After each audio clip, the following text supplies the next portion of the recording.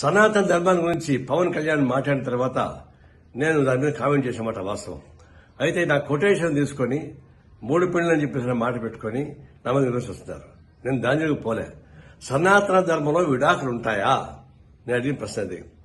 సనాతన ధర్మంలో విడాకులు లేదు. ఎందుకంటే ఒకసారి పెళ్లి చేసుకున్న తర్వాత భర్త ఎంత వేధించినా, ఎంత ఏడిపించినా, వాడు ఎంత ఏదో పనులు చేసినా అతనితోనే కాపురం చేయాలి. భర్తని వ్యతిరేకిస్తే ఆయన పాపానికి పోతారు అని, భర్త చనిపోతే చితిమంటల పైన భార్యని కూడా తగలబెడతారు అనేది దాని సారాంశం. అలాంటి సారాంశం నెత్తికెక్కించుకొని పవన్ కళ్యాణ్ మాట్లాడుతున్నప్పుడు మరి విడాకులే లేనప్పుడు మరి మీరు ముగ్గురు నెత్తికి విడాకులు ఇచ్చారని చెప్పేసి ప్రశ్న నేను ముగ్గురు ఒకసారి పెళ్లి చేసుకొని చెప్పలే. విడాకులు తీసుకొని పెళ్లి చేసుకున్న మాట వాస్తవమే, అది నాకు ఇప్పుడు తెలుసు. నేను దాని వరకు ఇప్పుడు పోలే. నేను ఫస్ట్ టైం అంటున్నా.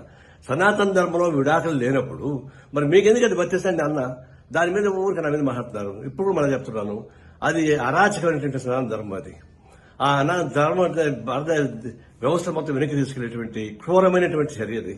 అలాంటి క్రూరమైనటువంటి ఫిలాసఫీని ప్రచారం చేయడం అనేది చాలా ఘోరమైనది. ఇప్పుడు చెప్తున్నా, సనాతన ధర్మాన్ని విమర్శించే వాళ్ళని నిన్న అరెస్ట్ చేయని చెప్పేసి పవన్ కళ్యాణ్ చెప్తున్నాడు. నేను చెప్తున్నా, సనాతన ధర్మాన్ని సమర్థించే వాళ్ళని అరెస్ట్ చేయమని చెప్పేసి చెప్తున్నా. పవన్ కళ్యాణ్ వాళ్ళని అరెస్ట్ చేయాల్సిందే.